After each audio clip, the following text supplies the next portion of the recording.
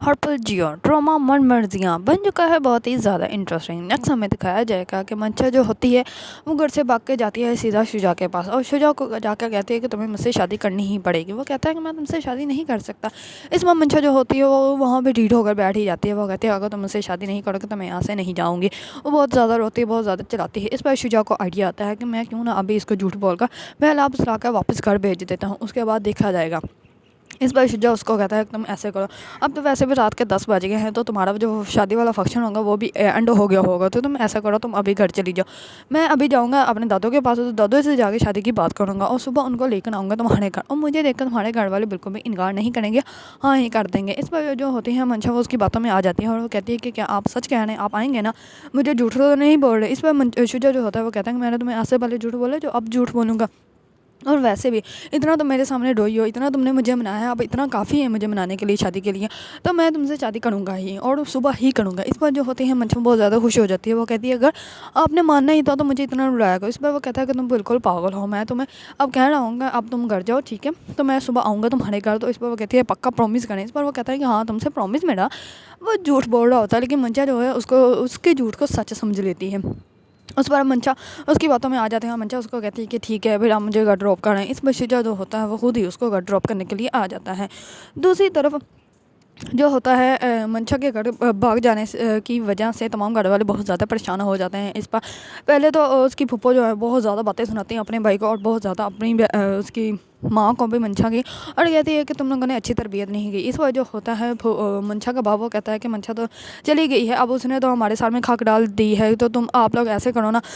سارے مہمان آئے ہوئے ہیں، ایسے ہماری عزت کا جنازہ نکل جائے گا، اور کل میں نے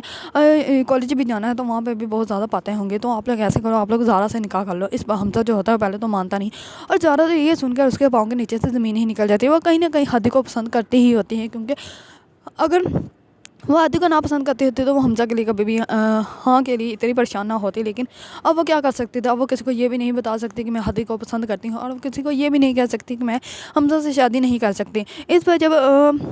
اس کا منشا کا باپ جو ہوتا ہے وہ اپنی بہن کو کہتا ہے کہ آپ لوگ زارا سے شادی کر لو۔ اس پر وہ کہتی ہے پپا کہ نہیں، زارا اس کی ماں کا پتا ہے، اس کی ماں بھاگ گئی تھی گھر سے، اور میں ایسی بیٹی کے ساتھ شادی کرواؤں گی اپنی بیٹے کی۔ اس پر جو ہوتا ہے اس کا بھائی کہتا ہے کہ اب میری بیٹی بھی تو گھر سے بھاگ گئی ہے نا، اسے بھی تو ہمارے سال میں خاک ڈال دی ہے، اس کا کیا مطلب کہ آپ مجھ سے بھی ساری زندگی بات نہیں کریں گے۔ اس پر جو ہوتی ہیں منشا کی پھوپھی وہ اپنے بھائی کی محبت میں اس بات کو مان جاتی ہے اور کہتی ہے کہ ٹھیک ہے میں آپ کی زارا کے ساتھ اپنے بیٹے کا نکاح کروا دیتی ہوں، لیکن یہ بہت ہی زیادہ عجیب ہوگا اور میرا بیٹا کبھی بھی اس بات کے لیے نہیں مانے گا۔ اس میں جو ہوتا ہے حمزہ وہ پہلے اس بات کے لیے مانتا نہیں، لیکن بعد میں کہتا ہے کہ ٹھیک ہے جیسا آپ لوگ جاتے ہیں میں ویسا کر لیتا ہوں۔ اس بات جو ہوتی ہے جیسے ہی زارا کے پاس جاتی ہے منشا کی ماں کہ تم حمزہ سے نکاح کر لو، اس پر جو ہوتی ہے زارا بہت زیادہ پریشان ہو جاتی ہے اور وہ کہتی ہے کہ تائی جان آپ یہ غلط کر رہی ہیں، بالکل بھی صحیح نہیں ہے۔ حمزہ جو ہے وہ اسٹارٹ سے منشا کو پسند کرتا ہے، وہ منشا سے محبت کرتا ہے، میں اس سے کیسے شادی کر لوں، اور یہ آپ لوگوں کو بھی اچھے سے پتا ہے ہم لوگ کبھی بھی خوش نہیں ایک دوسرے کے ساتھ رہ سکیں گے۔ اس پر جو ہوتی ہے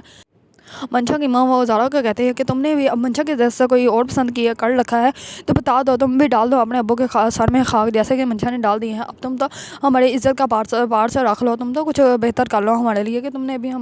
ہمیں ذلیل و رسوا کرنے کے بارے میں سوچ رکھا ہے۔ اس پر جو ہوتی ہے زارا وہ ان کی باتوں میں آ جاتی ہے اور کہتی ہے کہ ٹھیک ہے میں ایسا کچھ نہیں چاہتی ہوں، نہ ہی میں کسی اور کو پسند کرتی ہوں، لیکن وہ ہادی کو پسند کرتی ہے، لیکن وہ بتا نہیں سکتی اب کسی کو بھی کہ وہ ہادی کو پسند کرتی ہے۔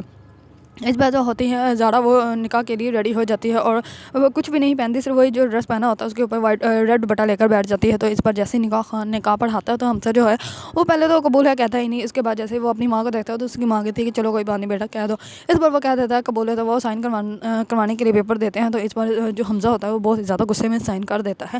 دوسری طرف تمام لوگ کہتے ہیں کہ چلو کچھ نہیں ہوتا، اگر آپ کی ایک بیٹی نہیں مانی تو کیا ہوا، دوسری بیٹی تو آپ کی اتنی اچھی ہے نا جس نے آپ کی بات اسی ٹائم مان لی اور حمزہ سے شادی کر لی۔ اس پر جو ہوتا ہے منشا کا باپ بہت زیادہ ابدیدہ ہو جاتا ہے اور وہ کسی کو یہ بھی نہیں بتا سکتا کہ میری اپنی بیٹی نے کیا ہے۔ اس پر وہ بہت زیادہ ابدیدہ ہو جاتا ہے اور کمرے کے اندر چلا جاتا ہے۔ دوسری طرف جو ہوتی ہے منشا کی پھپھو وہ بھی بہت زیادہ باتیں کرتی ہے اپنے بھائی کو اور کہتی ہے کہ تم نے اپنی بیٹی کی صحیح تربیت نہیں کی، ورنہ ایسے کبھی بھی نہ ہوتا، تم اس سے پوچھ رہے تھے کہ اگر اس نے شادی نہیں کرنی تھی تو بتا دیتے۔ اس پر جو حمزہ ہوتا ہے وہ بہت ہی زیادہ غصے میں ہوتا ہے اور کہتا ہے کہ میری زندگی تو بہت بڑی بات کر دی، مجھے تو کبھی بھی اس کے ساتھ شادی نہیں کرنی تھی، لیکن آپ لوگوں کی وجہ سے مجھے اس کے ساتھ نکاح کرنا پڑا۔ اس پر زارا کا تو بڑا ہی حال ہے، جیسے نکاح ہوتا ہے زارا اپنے کمرے میں جاتی ہے اور جا کر سارے جو گجرے پہنے ہوتے ہیں وہ سارے توڑ دیتی ہے، اپنا دوپٹہ بھی نیچے گرا دیتی ہے اور لڑکیوں کو کہتی ہے کہ تم لوگ یہاں سے چلی جاؤ۔ اس پر وہ بہت زیادہ روتی ہے اور کہتی ہے کہ میری زندگی تو بہت برباد ہوگی، میں نے کبھی ایسا سوچا بھی نہیں تھا کہ میرے ساتھ ایسا ہوگا۔ اب بیچارے ہاتھی کو تو پتہ چلتے ساتھ ہی ہاتھی کے پاؤں کے نیچے سے تو زمین ہی نکل جائے گی، کیونکہ ہاتھی کبھی سوچ بھی نہیں سکتا تھا۔ وہ تو یہ سوچ رہا تھا کہ اس کو دیکھنے والے آئے ہی نہیں، لیکن اس کو یہ نہیں پتا تھا کہ اسی دن دیکھنے والا نہیں آنا تھا بلکہ اس کا نکاح ہو جانا تھا۔ اس پر جیسے ہی ہاتھی کو دوسرے دن یونیورسٹی جا کر اس بات کا پتہ چلے گا کہ زارا کا نکاح ہو گیا ہے، اس بار ہادی کا تو برا حال ہوگا، کیونکہ ہادی بیچارہ اپنے گھر والوں کو منا رہا تھا، ان کو سمجھا رہا تھا کہ اس نے زارا کو اس گھر کی بہو بنانا ہے، لیکن ایسا کچھ بھی نہ ہو سکا، کیونکہ ایک دم سے منچا کی چال جو ہے وہ الٹی پڑ گئی۔ اگر آپ لوگوں کو ڈرامہ من مرضیاں پسند ہیں اور اس کے بارے میں نیو اپڈیٹ جاننا چاہتے ہیں تو میرے چینل کو لائک، کمنٹ اینڈ سبسکرائب کرنا مت بھولیے گا۔